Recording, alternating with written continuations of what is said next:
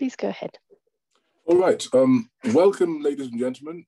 My name is Tim Ojo. I'm the Associate Registrar for Policy Support at the Royal College of Psychiatrists. It's a distinct privilege for me to be chairing this evening's webinar.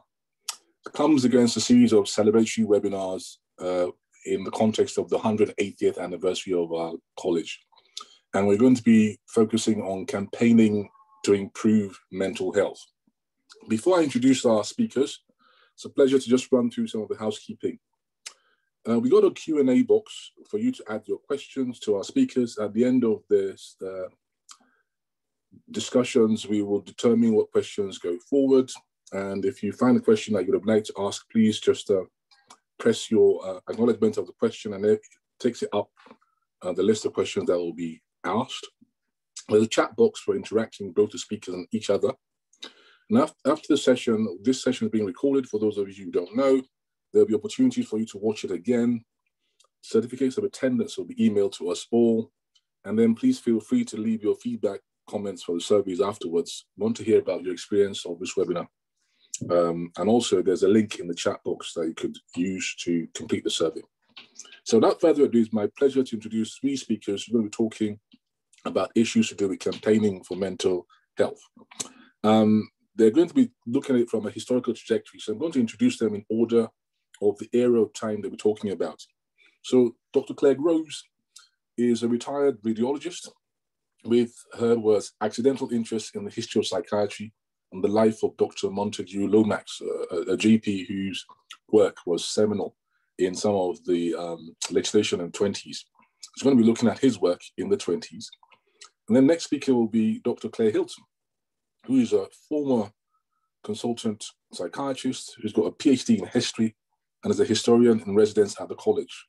She'll be looking at the work of another pioneer in elderly health, Barbara Robb, who worked in the 1960s and 70s. And then Dr. Derek Tracy is a consultant psychiatrist and clinical director at Oxley's NHS Foundation Trust in London. He's also a senior lecturer at King's College London. And he'll be taking us into the future with a talk on what services should look like in the 21st century. So without further ado, it's my privilege to call upon Dr. Claire Rose to start today's webinar, talking about Dr. Montagu Lomax. Claire. Thank you, Tim. Good afternoon, everybody. I have a great pleasure in telling you about Dr. Montagu Lomax. And I just set it to play. Here we go. Okay, so I'm going to talk to you today about Dr. Montagu Lomax and the GP's campaign for lunacy reform between 1919 and 1921. So it's exactly 100 years ago since Lomax published his book, The Experiences of an Asylum Doctor, with suggestions for asylum and lunacy law reform. What I want to talk to you about is why did this book, Experiences, need to be written, and how was Experiences a key part of lunacy reform? Who was Dr. Montagu Lomax, and what made Lomax's campaign successful? So why did Experiences need to be written? The County Asylum Act of 1845 set out to build places where the insane could rest and recover. In other words, true places of asylum from the evils of the world. Unfortunately, due to over-demand and overcrowding, by the early 20th centuries, the asylums were overcrowded, understaffed and underfunded, and very unpleasant places to live and work. The problems with asylum care and care of the insane was known widely, and some attempts had already been made at reform before Lomax came along. So the newspaper Truth, which was very well known and well respected in its day, had been running a campaign since the early 1900s for care of the asylums to be improved. This chap here, Dr. Lionel Weatherly, trained as a GP and then went on to specialise in psychiatry. And he wrote a very good book called A Plea for the Insane in 1918. He wrote it really for his colleagues in medicine, and he published it and then just basically let it go. He didn't do much more about it.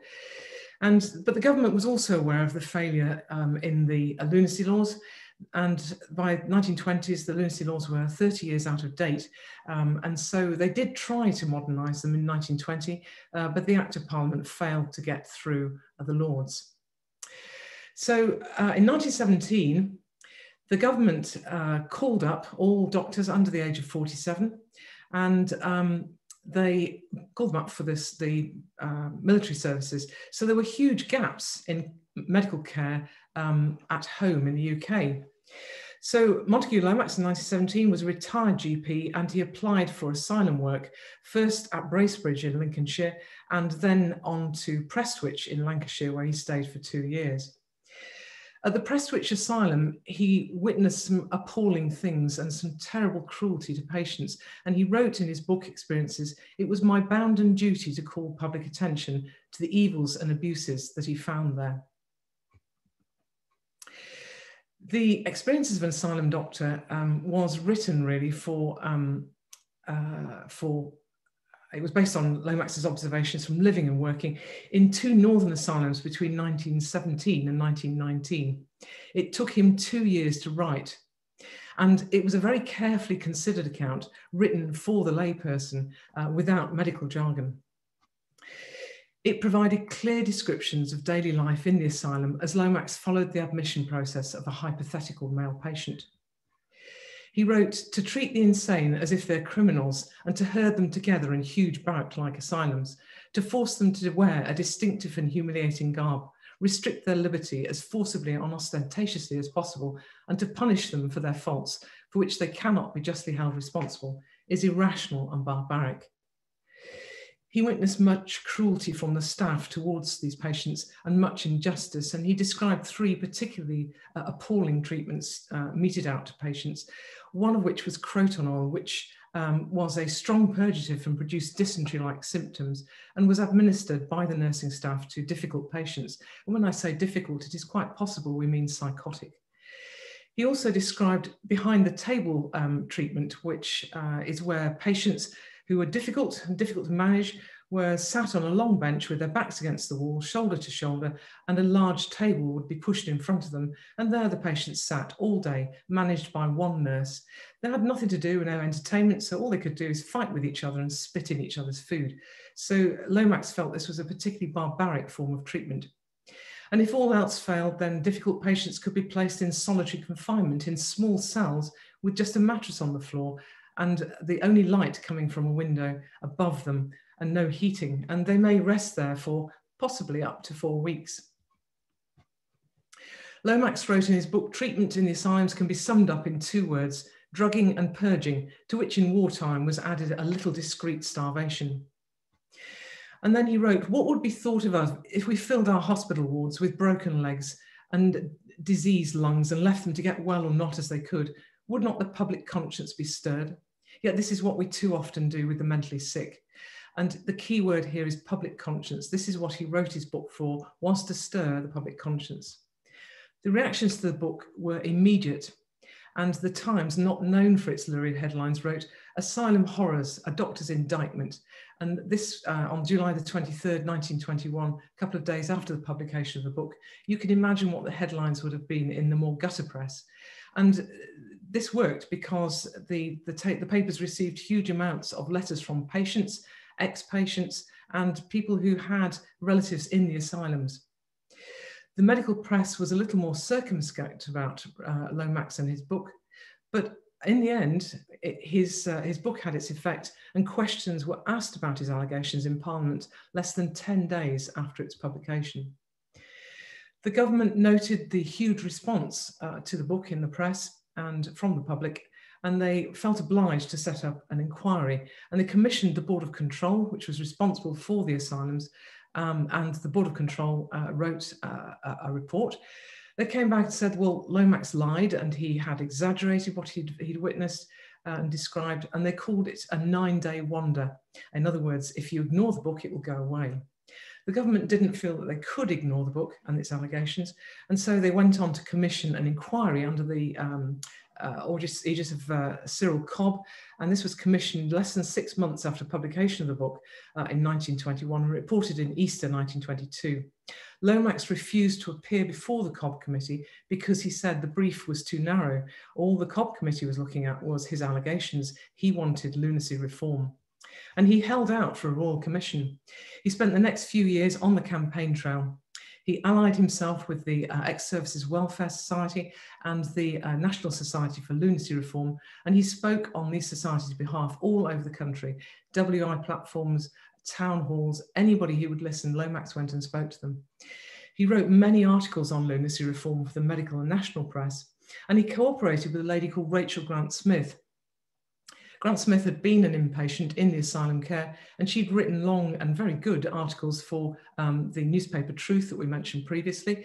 Lomax wrote a long foreword, and he republished her articles in a book called Experiences of an Asylum Patient, which of course complemented his own book.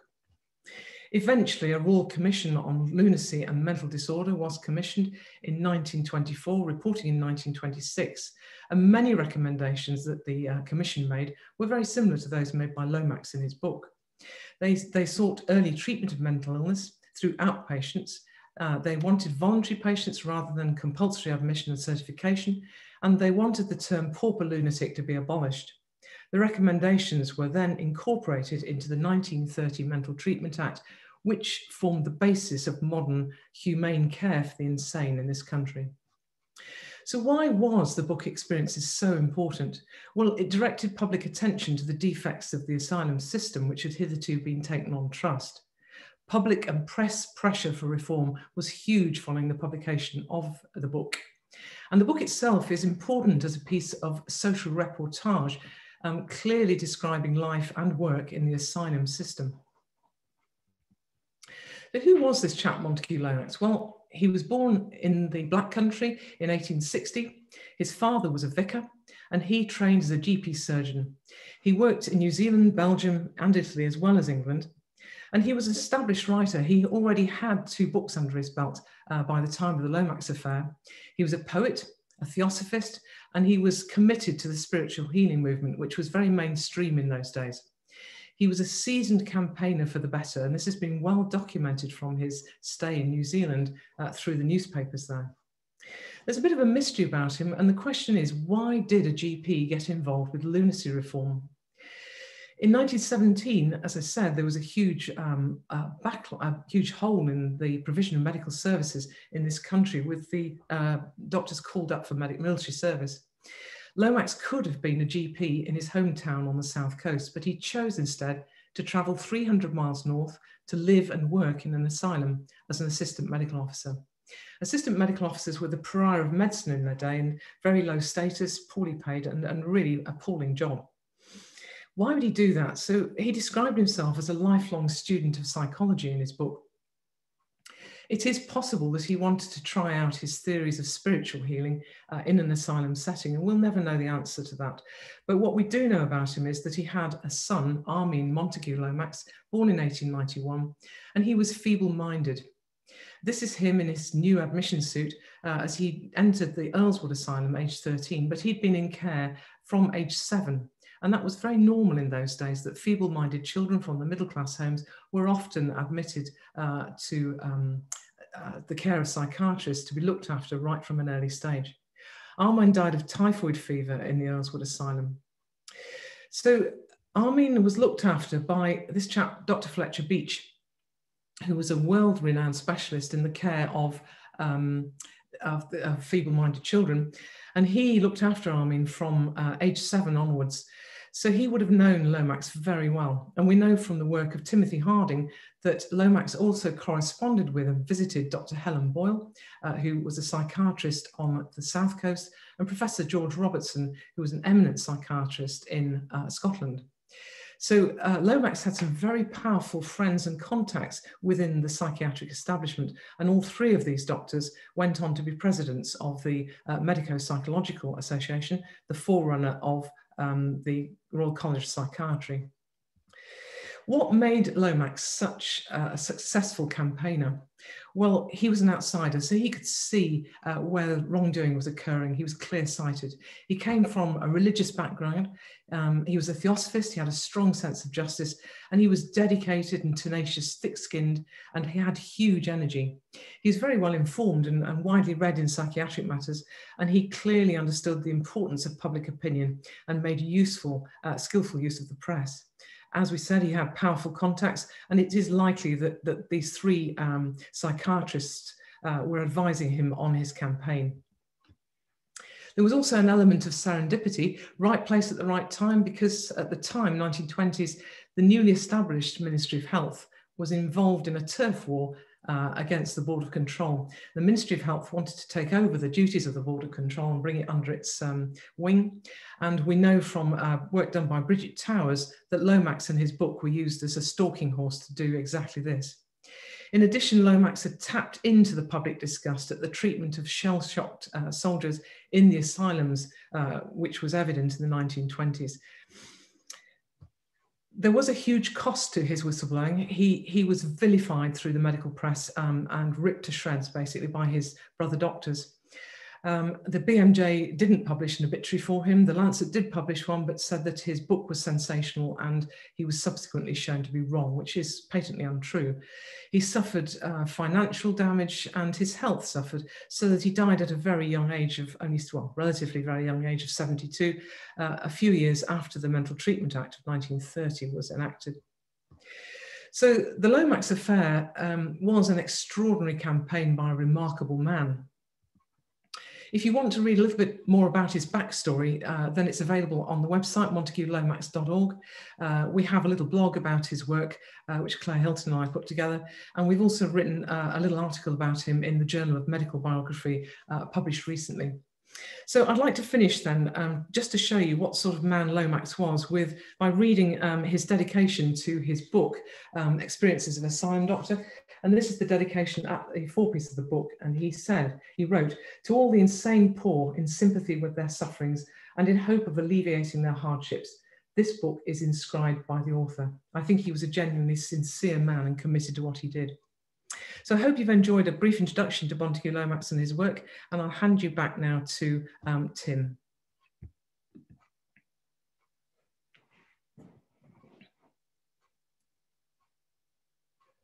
Thank you very much, Claire. That was a very clear elucidation of the life of an important campaigner. And I think that gives us lessons for some of the personal characteristics you were able to share with us. So thank you very much for that. Without further ado, it's over to Claire Hilton. We're talking about another era by another campaigner. She's going to be talking to us about Barbara Robb, whose work was in the 60s and 70s.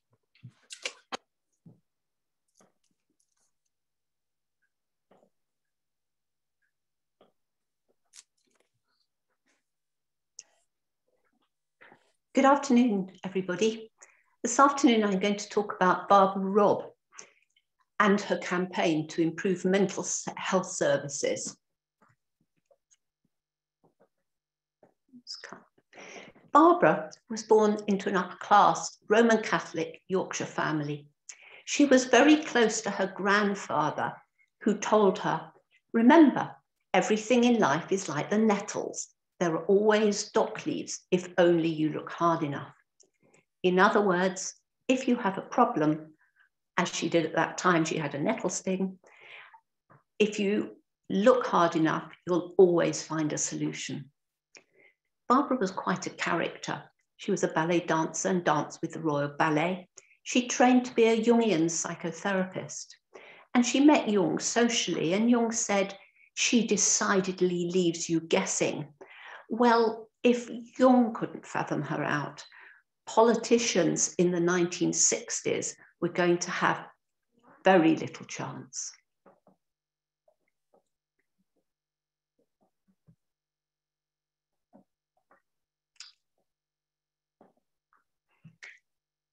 In 1965, Barbara visited an acquaintance, Amy Gibbs, at Friern Hospital. She saw her in an older people's ward, long stay ward, which was overcrowded. There was no privacy, no dignity, no activities. The patients lacked spectacles, dentures, hearing aids, and personal possessions. They wore hospital clothes, they had uniform haircuts, and the last meal of the day was round about 3:30 in the afternoon, with bedtime at 7 p.m.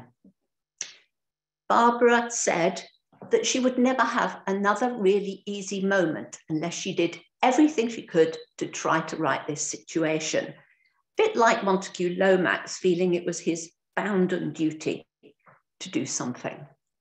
So Barbara compiled a diary of her visits. She contacted the local and regional NHS authorities and had no response. The diary was delivered directly to the Minister of Health, Kenneth Robinson. There was no response from the ministry either. So she established Aegis, Aid for the Elderly in Government Institutions. Also, a friend of hers who'd visited Amy spoke to the House of Lords, Lord Strabogy. He described humiliation and neglect, patients frightened, they vegetate, they're lost to the world. There is nothing more relentless than the state machine when it gets the helpless into its maw.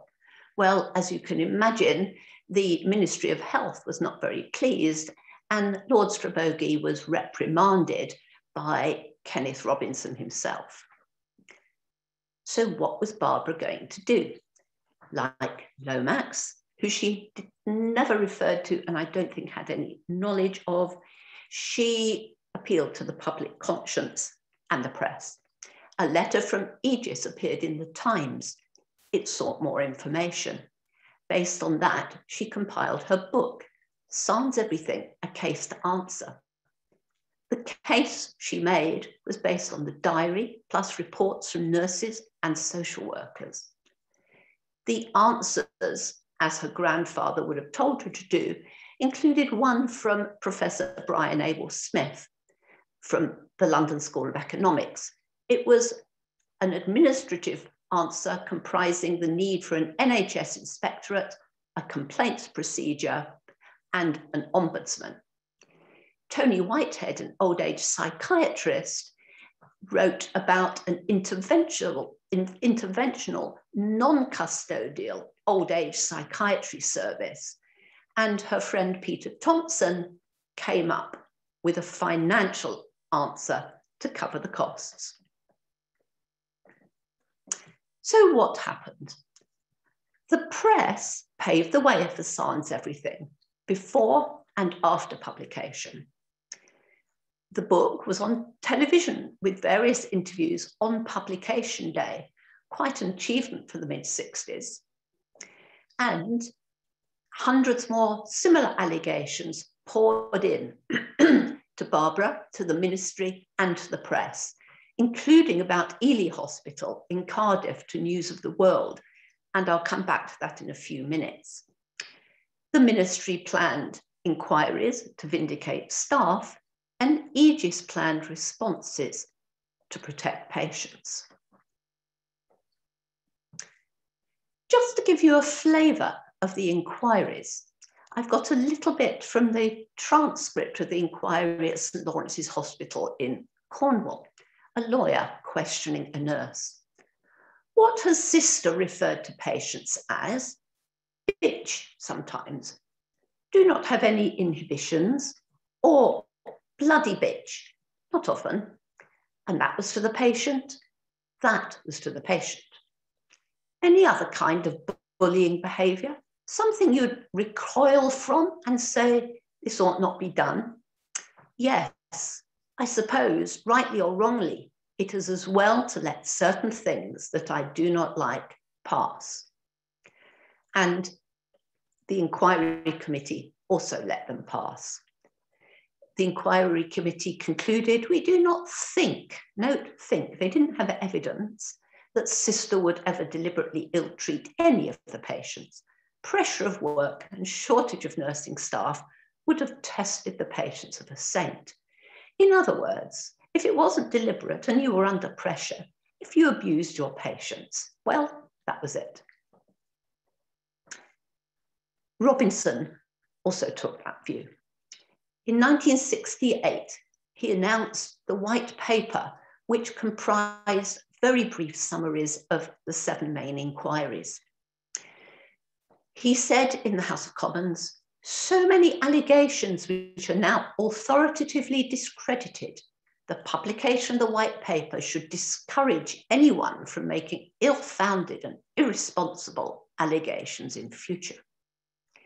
However, around the same time, a professor of government at Oxford declared, the danger with our close-knit political administrative network is that most inquiries are so manned that they turn out to be nothing but the system looking at itself and finding more to admire than to blame.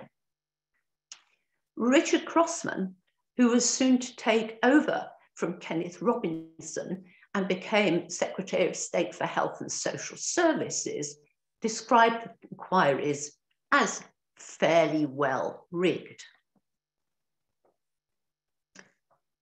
So what about Ely Hospital, which I said I'd come to? I'm going to talk about it because it was the Ely inquiry which triggered policy change, and it was because of the individuals involved. There was, of course, Barbara. David Roxanne, a journalist in the News of the World, had written about Sans Everything before publication. Michael Pantelides read the article and wrote to David Roxanne about his experiences as a nursing assistant at Ely and the appalling care he had witnessed. Roxanne and Pantelides decided to send the letter to Kenneth Robinson, who was Labour Party. And yes, party politics comes into this, as I will explain later. Robinson didn't want to be discredited in the News of the World, so set up an inquiry. Abel Smith, who had written for Sans Everything and by that time was involved in Aegis, was also an advisor to the Ministry of the Health and the DHSS, really acting as a double spy, keeping the government informed as well as Barbara. Abel Smith decided a friend of his should chair the inquiry, Geoffrey Howe, a very well-known lawyer and a Conservative. He later became Deputy Prime Minister to Mrs. Thatcher. Geoffrey Howe found the standards were appalling and upheld the sort of complaints that Pantelides, the allegations Pantelides had made. It was Abel Smith, though, who, against the wishes of the civil servants, ensured that the report, the full report of 1,800 pages, got onto Crossman's desk. Crossman was both terrified of Barbara Robb and very well aware that Geoffrey Howe, as an opposition member of opposition person, could make a fuss in the media and discredit him and the Labour Party. So Richard Crossman decided to publish it in full and plan what he was going to do. Just of note, one of the things he wrote about Barbara Robb was, she is a dangerous woman because people write to her. The most terrible stories about the hospitals are collected by her. She is always ready with some great scandal to break. And there are, God knows, enough scandals to break. Well, in the year in which Crossman was in office, after the Ely Inquiry report, he established the NHS's first hospital inspectorate, the Hospital Advisory Service. He visited hospitals to draw press attention to them. He condoned undercover journalists in hospitals making their observations in order to write them up, and he allocated long-stay hospitals more money. Then there were more inquiries. For example, at Whittingham. In particular, it's worth noting that Lomax was an outsider, Barbara Robb was an outsider, Michael Pantelides was only recently employed, and at Whittingham, it was the student nurses. We hear that after publication of Sans Everything, smouldering discontent among the student nurses caught a light. In 1971-2, the DHSS produced blueprints for services for mental illness and mental handicap. It also had an independent review of the NHS complaints system. And in 1973, the first ombudsman was appointed. Basically, those ideas have been put forward in Sans Everything in 1967. So, in summary, and I feel here I'm repeating a lot of what Claire Groves has just said about Lomax's characteristics. It was the new eyes with great insight. It was motivation, a moral duty or religious duty perhaps to put something right. They kept themselves very well informed. They used the press to get public support. They both worked with extraordinary energy and were tenacious even when humiliated. They fought defensive authorities who ignored what they wanted to ignore. Today, there are still incidents of abusive care and a lot of NHS and social care inadequacies. It needs our ongoing vigilance, but it also requires our courage and action, inspired by people such as Lomax and Robb to try and do something about it. Thank you.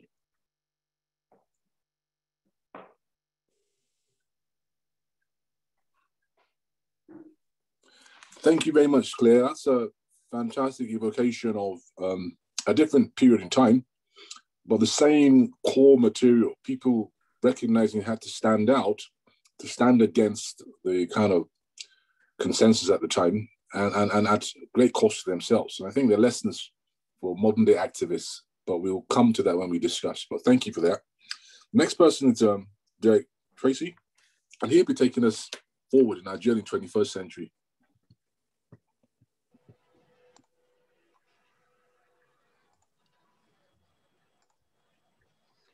Thank you, Tim. So I'm going to actually follow through with some of Claire's words about courage and action. And let me try to share my screen. So I'm doing the future. I brought that font from the future, from PowerPoint 2024. I won't keep it throughout the talk. It's quite annoying. Oh, sorry, let me do that again.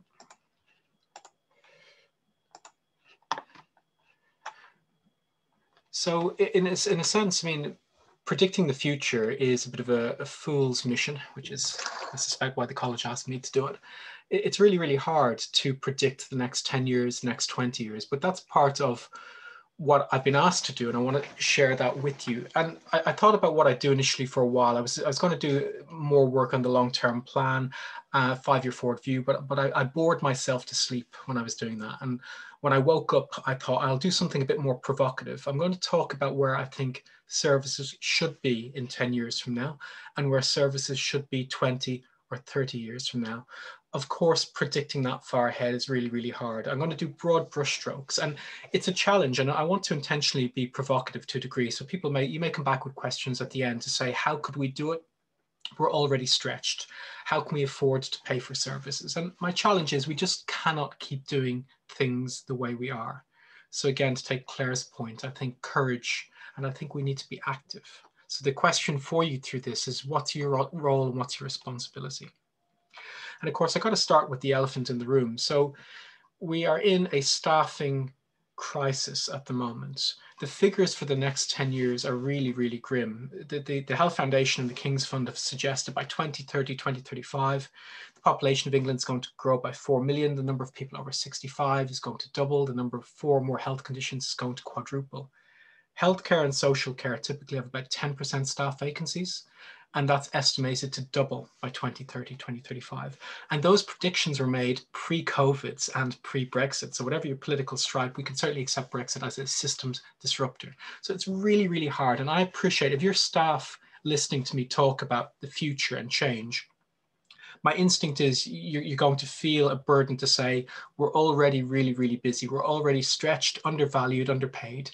If you're here and you're using services listening to me, I appreciate you may say, listen, Guy, it's really hard right now to get the services we want, and you're talking about expanding them.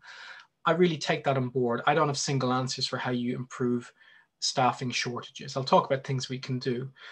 At the same time, I don't think for any of us, we can just accept things as they are and say, well, we've got a staffing shortage, so we aspire over the next 10 years to provide things suboptimally. We have to be braver than that. I'm going to do it in two bits. I'm going to talk very briefly about the next 5 to 10 years, and I want to do longer term projections about what I think society needs to do. So short term, I mean, I haven't seen the response to the Royal College staff survey that's gone out at the moment. I don't know what people's confidence in government is at the moment, but I've put that up there as to start a discussion about integrated care. So again, you might have skepticism about the government's approach to this, about the white paper. There's lots of problems there about how they're going to fund social care, how you do this, how you staff it. It doesn't answer any bit. But the next 5 to 10 years, I definitely feel the big move is towards ever greater integrated care between health and social care. We have worked in silos for far too long. People don't operate in silos. People's problems are not in silos. We cannot continue to work that way. And of course, there are moves towards that. I'm a clinical director in Southeast London. We're developing an integrated care partnership where health and social care staff are working together. We've lots of challenges and lots of problems, but it's definitely a way forward. If you're listening and you work in healthcare, you are currently part of an integrated care system, an ICS. Do you know that? Do you know what your ICS is? Do you know what they are doing? Because I tell you something, they are currently organizing health and social care around you. You need to know what they're doing. It will be done to you. I'm not suggesting it's malevolent where you work or people are doing anything but their best intentions. But there's currently a nationally mandated move towards better integrated health and social care. At face value, I think that is where we're going over the next 10 years. And at face value, I think that's the right thing to do. I fully support it. But it doesn't change the fact the population will grow by 4 million, people over 65 will double, healthcare problems will quadruple, and it doesn't address staffing shortage. Now, in some ways, you might say we have a more efficient health and social care system. We might be able to do more with less. That is true, although where I work, that also makes integrated care less popular with staff at times because it can feel like a reaction to funding cuts or indeed a facilitator of funding cuts. But I want to begin to move beyond it a bit. This is a really important figure. This is Dahlgren and Whitehead's Determinants of Well-Being. It's from the 90s. They did it for the King's Funds. They're still really active. And a really fascinating thing from the King's Fund, they said a while ago, a statement that just burned into my head. Even a perfectly funded health and social care could not deal with the problems people have in life. So just think about that again. Even a perfectly funded, imagine that, perfectly funded, zero staffing gaps. Nobody works more than their contracted hours. Everybody is seen within a waiting list time. Everybody gets the care that they want for an evidence-based fashion. Can you imagine that? A perfectly funded health and social care, even with that, and we're not close, it could not deal with the problems people have, because this is life on the screen there. So of course it's just schematic, but I think the problem is health and social care tends to work in the green and the red. Your age, your sex or gender, hereditary factors, lifestyle factors. But the further we go out in that, the more important things are to people. Your work environment, your education, your working conditions, housing, your culture around you. Now, this is where you might push back and say to me, but I'm a doctor, a nurse, a social worker, psychologist, I use services. What's my part with it? Well, this goes back to the courage thing. I'll come on to it throughout it. We are part of society too. And I think as long as we work in the middle two parts, I'm not saying your job description has to be helping with housing, but we need to be better integrated into communities and societies if we're going to begin to change it. Because we talk about biopsychosocial, but it's really socio-psycho-bio. The bio is the sharp edge of the spear. It's really important. It's not the emphasis. And some figures, these are crude rounding figures, of course. I'm saying 1/8. It varies from country to country. It varies from region to region. But typically, and these are probably figures from high-income countries, in fairness, on the left, about 1/8 of a country's GDP. Its productivity is spent on healthcare. They do that in different ways. It varies from country to country. On the right-hand side, about 1/8 of that is spent on modifiable factors.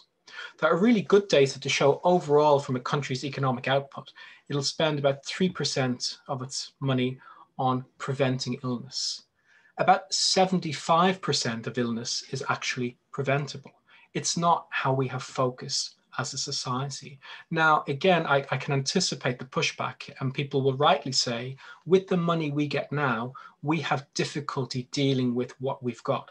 And you're talking about putting money elsewhere. I'm talking about putting extra money elsewhere. We need to keep doing what we're doing.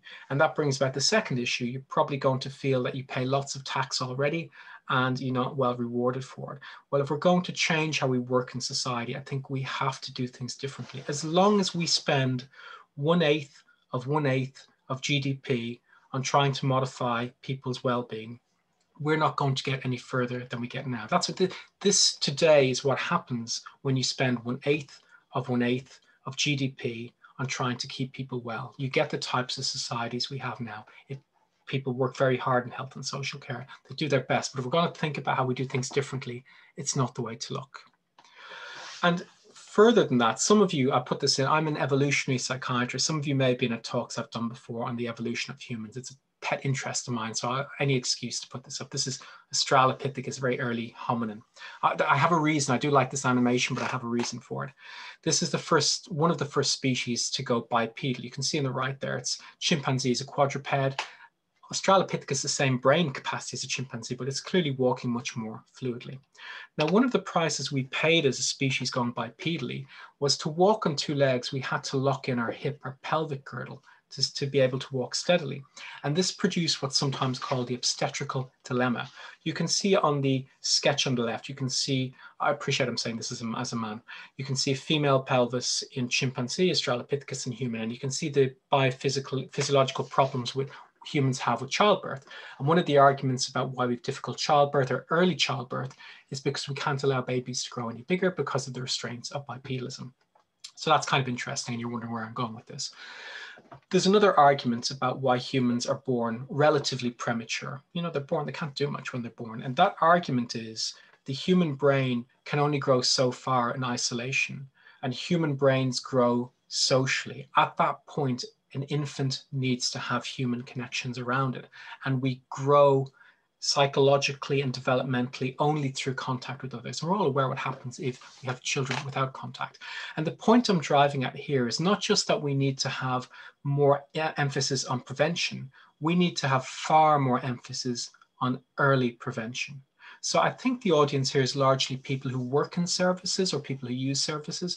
And lots of you will have heard that other rounding figure that 50% of mental health problems occur before the age of 14. We might challenge the age, we might challenge the type of problems or the exact figure, but I think we'll all concur with the points. We don't just need to emphasize prevention, we need to emphasize early life and early life opportunities. I work in adult mental health, I work in what's called a crisis team. It needs funding too, as does older people's mental health, but we have to do far more, far earlier. We are living in toxic societies. They have lots of goodness in them, they have lots of beauty in them, they have lots of good people in it. We are dealing with people coughing in smog, and our intent is trying to get better inhalers. There's a problem that's more profound and underlying it. If that doesn't make sense to you, Koyaanisqatsi, let me make one recommendation from my bit of the talk. Go watch that movie. It's fantastic. It's a visual poem. It's done from the 1980s about societies. I think in the future, I'm optimistic about lots of biomedical science research. I'm optimistic about GWAS and genomic studies going forward. I'm optimistic about 21st century psychopharmacology. I think between genomics and psychopharmacology, we will develop new tools. I think we'll be better at predictive psychopharmacology, developing and predicting which medication might help a person or be less likely to help. I think we will have new classes of antidepressants. I think we will have new medications that will help with negative and cognitive symptoms of psychosis. I think we will beat Alzheimer's. We should continue to drive research there and to fund it. But if that is our only emphasis, we are dealing again with the sharp edge of the spear. That is not where we should be loading everything. We need more funding earlier on in the social. So there's a donut, you know what that is, you've seen it before. We're a funny thing as a species. So again, if you're interested in evolutionary psychiatry, it's very easy to have this very perfect image of early humans as this wonderful, the paleo diet, this beautiful species of early humans. They very fit because they ran and exercised all the time. They ate this wonderful diet of, lots of vegetables and so forth. That's because they didn't have Dunkin' Donuts. Let me assure you, if you went back 10,000 years ago and gave someone a donut, they'd love it. It's a human, and there's actually good research with primates. If you give chimpanzees donuts, they love them. They will eat them instead of eating potatoes because they're like you and like me. There's a human thing to do what's easy, to take what's in front of us. And I think it's what we do in services. The job of politicians is to get re-elected. It's very hard to pump money in to something that will have gain years from now. And our instinct is to treat what's walking through the door. Our instinct is to just focus on the problem here and now. There's an instant element to it. That's what we're like as a species. We are remarkable. We can do the most amazing things. That's the Perseverance rover on Mars. You've seen this with the helicopter that's flying around taking pictures. We did that as a species. It cost £10 billion. And we're looking to see if we can find life somewhere else, and if one day we might be able to make another planet habitable. We live here. All right, none of us live in that place. I wish we did, right? That looks pretty nice. You live here now. This is a really human thing. We have this remarkable ability to project in the future and to ignore what's around us now. We have a remarkable ability to develop technology that can destroy civilization and to be really bad at protecting what we've got. A double apology there. I appreciate the word insanity. It's not one we use in current contemporary mental health discussions. I don't mean it in that way. And it's a double apology. Einstein actually never said this. It's a misattributed quote. But I think the principle here is what I want to get across. And this goes back to, I'm not suggesting either of the Claires are endorsing my bit of the talk, but I liked the part about courage. We've got to, if we keep doing what we're doing with 1/8 of 1/8, it's got to come from somewhere. We don't do that, then don't expect it to be very different. And the other thing I want to come across, I'm coming to the end of my talk now, I'm talking in a very broad sense here, and I'm not addressing many other levels of intersectionality. I'm taking it as if everyone's equal and there's equitable services for everyone. Bad as things are, some people are more disadvantaged depending maybe on your age, your gender, your ethnicity, your nationality. There's so many other things come into it too, and so many other levels of disproportionate loss or need for people. And I just want to put that slide there to recognize that point. I'm not trying to say it's the same for everyone. Do you know, if you're a psychiatrist, the college values? Well, there you go. The first college value is courage, the first one. And I think we should be, if you're a psychiatrist, you should be the sharp edge of the spear. That's your job. But you should also be advocating, I would suggest, you might want to challenge me on this, that we have to be getting back services into society. We're part of society. We have to see our healthcare and social care within that. Think about that perfectly funded health and social care system. We can't do it unless we're part of society. So what do you see, I suppose? So you glass half full or glass half empty?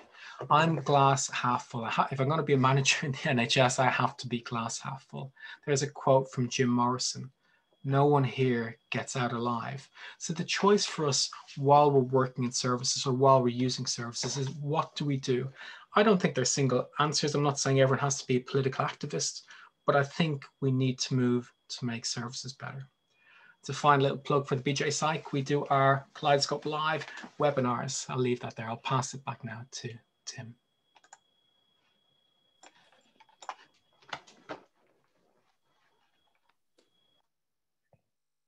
Thank you very much, Derek.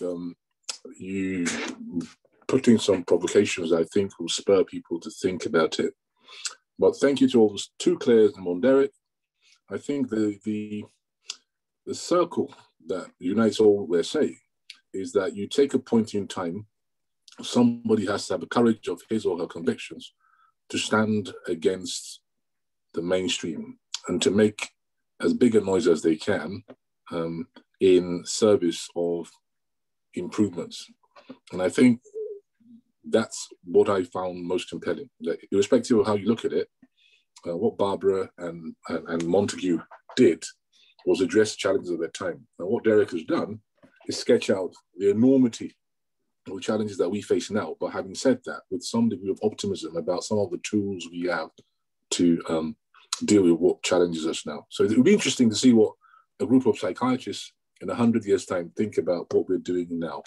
without further ado, we've got some time to go through questions.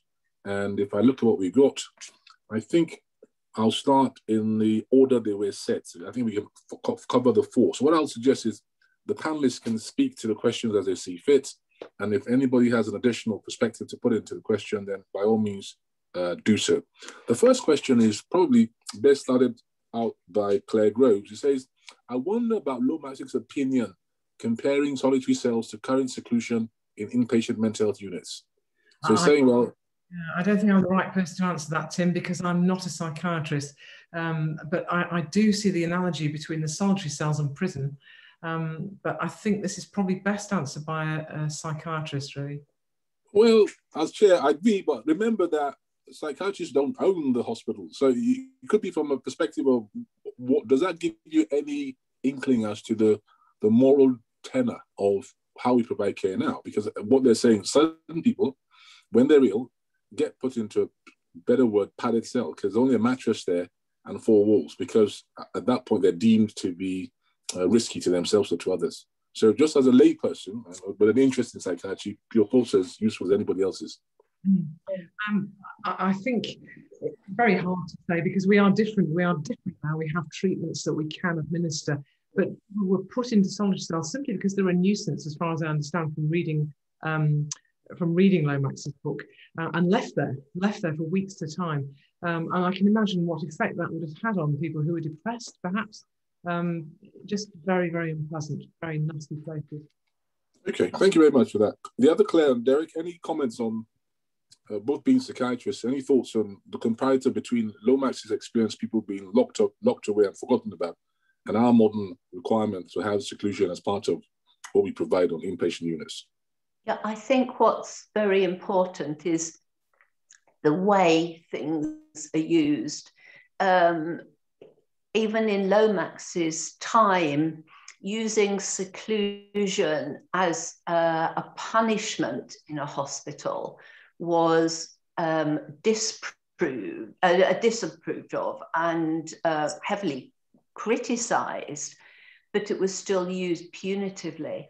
And I think we have to be careful as well to look at the reasons why in any generation we take the actions we do to make sure that we don't have a punitive approach to unwell patients.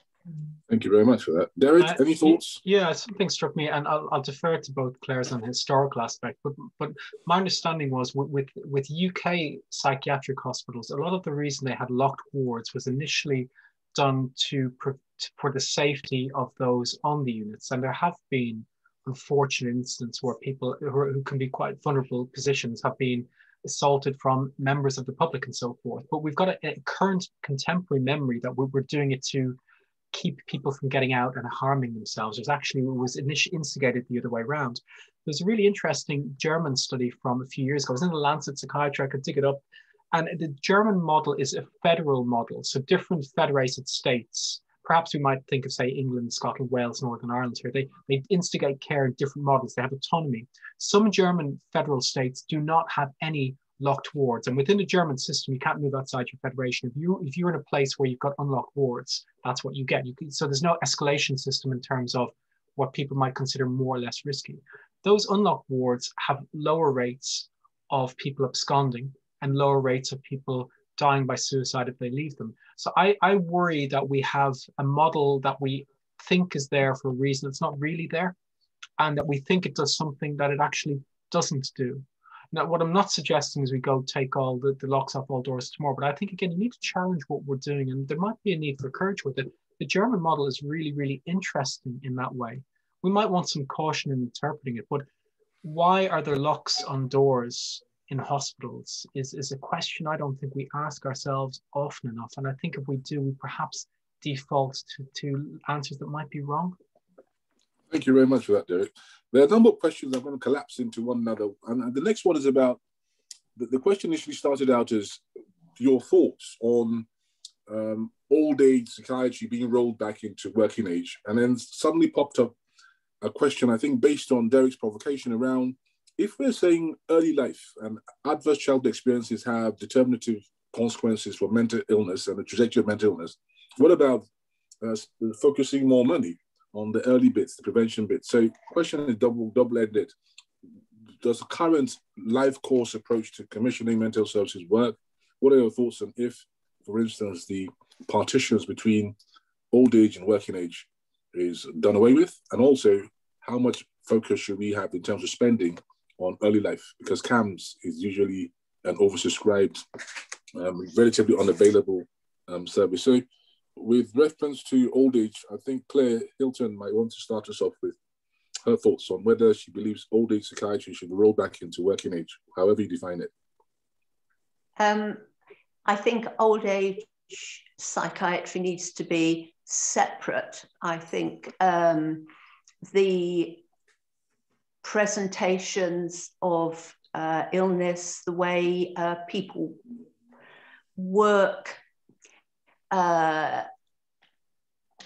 with patients who are older is different from how you'd work with people who are younger, that you have all the biological side of things and the social side of things and so on. But I think possibly even more important, people find work rewarding in different ways. And people who like working with older people and in the 80s, 90s and older don't necessarily like working with younger people. I think it's a different skill set as well as a different biological and psychopharmacological base. And if you look at it historically, old age psychiatry really came out of that as well, out of the sort of neglect that Barbara Robb saw on the old age wards. People didn't want to be bothered. People, if you like, it was ageism, it was discrimination. It did not work in the patient's best interests to have general psychiatrists looking after all ages. Thank you very much. I'll ask the focus that question now to Derek. Derek, probably to start as a kind of tease to say, when will old age psychiatry, what will the cutoff for old age psychiatry in 50 years' time, in your view? Because following on from what Claire said, people are living longer and people are working for longer. And the 65 probably was useful 30 years ago, but I don't think 65 is old anymore. So any thoughts about it? The central question was, should old age psychiatry roll back into working age? And Claire is very clear, she doesn't feel that should be a good thing. And then following on with the issue you raised, Derek, where should the focus be in terms of money? Are we spending too much too late in the care pathway? Should we be focusing more earlier in life and consolidating in the kind of early prevention you're talking about? The second part, definitely. But I think we don't have the money from the existing pot. I think we need more money. I think there have to be creative ways to, so, you know, you could, I come from a position of privilege. I'm in a job that pays me relatively well. I feel I pay too much tax, but, you know, I should be paying more. And I think we need to be creative in terms of social care and how people are taxed perhaps on things like property and so forth. But that it's a more complex issue, but I do think it needs extra funding, not taken from what we have. Regarding the other model, I'm very sympathetic to integrated systems, and that we're doing one in Southeast London where I am. But there is a tension point. So, for example, what do you integrate and where? Where we are integrating older people's services with community physical health, for example, has lots of strengths to it, with our district nurses, with our physiotherapists or podiatrists, our cardiac rehab nurses and so forth. There can be strengths within functional units, but there are tension points. So if I even take just adult mental health, which is a huge area, we are moving towards a more integrated community systems where we have adult mental health with integrating with physical health as well. But take, for example, two ends of what we might call a psychosis spectrum. We take early intervention and rehab psychiatry. The reason we have early intervention teams and rehab psychiatry teams is because we've learned from experience that some people don't do so well in larger teams. And I think the tension point for integrated care, every time I see integration, I replace it mentally with the word good. And I think, well, good care, that's fine, but what on earth does it mean? So it's laudable to have more integrated care, to have good care. The devil is in the detail with it. Having services more proximal, having better working between them, and having cultural growth is really, really good. And also from a staffing point of view, one of the things I found, to touch on Claire's point, staff worry about deprofessionalization within a larger system, loss of specialist skills. So for people who use services and people who give services, there's a tension point. I don't think I know where the answer is to it, because there's probably multiple tension points. Going forward to that with older age psychiatry, what I anticipate is likely to happen is we will have geographical footprints, because we'll have community-based resources, whether it's your borough or your lived area, and within that, functional clusters that allow a degree of professional specialization and need for people who use services. I don't know that we know where those points are. I, for example, can imagine, and I could be completely wrong, neurodegeneration might be an area that we keep separate, and we might have someone with 65 with depression might be absolutely part of a younger cohort. So I don't think we'll have hard cutoffs by age. I think it might be by need. But I'm very sympathetic to integration as a principle, but I take Claire's points. I mean, for staff and for service users. Can I just add something on integration? Derek, you said every time you see integration, you see good. I think we've had this discussion. I replaced the word with good, because integrated care, who could be against it? If I said to you, who's in favor of good care? But what do you mean? Yeah, but every time I see the word integrated care, I see the word cuts. I agree, and I'm aware. I've had a look at people attending. There are people from my directorate at this talk, and they may also challenge about what the work we're doing.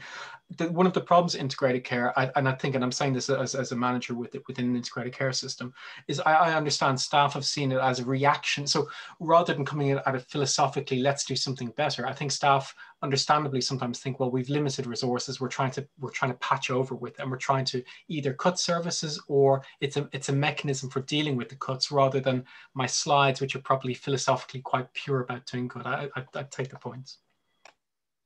Okay, so I'm going to roll the probably last question, two questions. One of them harks back to the lack of protection and indeed the attacks that people like Robb and Lomax faced from the Association of Psychology. And the second half question is saying, should the college be rewarding whistleblowing courage by setting out a specific award? And then there was a kind of critical, a pungent critique of the college, saying from the Lomax question, saying the Hubert Bond, I think it was, virulently attacked Lomax, and the predecessor to the college, and indeed the college in the comment made, are attacked as not supporting people who stand up for what's right. And what does that mean for the life course of a whistleblower? So, question to all three people: should whistleblowing be given venerated status by the college? What are your thoughts on how people like Barbara Robb and Montagu Lomax get dealt with? I mean, indeed, up till now, whistleblowers have a very hard time in the NHS and social care. So anybody who wants to start, and then just hand over to the next person if you have points to make on that issue of whistleblowing. I think it's very interesting. Thank you, Timothy, for that question, because I think going back to Lomax and Hubert Bond, what Bond was saying was, Lomax, you're an outsider. He called him ungentlemanly. And basically this was bringing the wagons round and to protect the establishment. And Lomax was very much an outsider. And so I think it's very hard. We can look back and say, well, okay, Lomax was right, but very hard for Bond to view this chap as having credible criticism. So it's difficult to go back 100 years and say, well, the college was wrong. I think that would be an unfair thing to say. What do you think, Claire? Are you? Well, I'm afraid I get a little bit distracted by just seeing Hubert Bond's name. Hubert Bond, later Sir Hubert Bond, and as far as I know, one of the presidents of the establishment, was really the guy who oversaw what Claire referred to as a little bit of starvation going on in the asylums towards the end of the First World War. when just in 1918, there was an excess of 20,000 deaths across the asylums. His leadership was horrendous. But I think we have to remember that within an organization, you have lots of different perspectives. And within the MPA, dare I say, there were goodies and baddies from the point of view of humanitarian, patient-focused care. I mean, and anything else which was a dilemma at the time, such as admission of women to the MPA. There were those who said yes, and there were those who were absolutely, completely against. I'll have to look up what side Hubert Bond took. I just wonder. It's very difficult getting to the bottom of what the college hierarchy was saying, but I do think Bond was one I particularly dislike. And thank you for the question, Timothy. I say, I was wondering, instead of whistleblowing, I wonder about a college award for courage.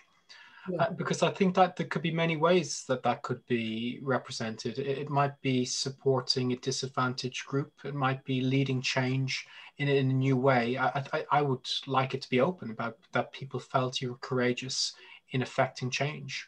So I think whistleblowing could be part of that, but I think we could be broader as a college. I found it really interesting. I mean, I hadn't known Claire's slides would finish with the work, but I was really struck with the courage bit when I was doing my own bit. And that I think most of us probably don't realize it's the first value mentioned by the college. So I would like the college to recognize that. Thank you very much. As I begin to wrap this up, I appreciate the candor which you've spoken. And when I was thinking about courage and some of what was said about Lomax and Robb, there was a quote by George Bernard Shaw that I thought would set the context right for us around courage. And I'll paraphrase it because obviously I need to take that in the context. It says, the original quote refers to the male gender, but I'll make it male and female. It goes like this: the reasonable man/woman adapts himself or herself to the world. The unreasonable one persists in trying to adapt the world to him or herself.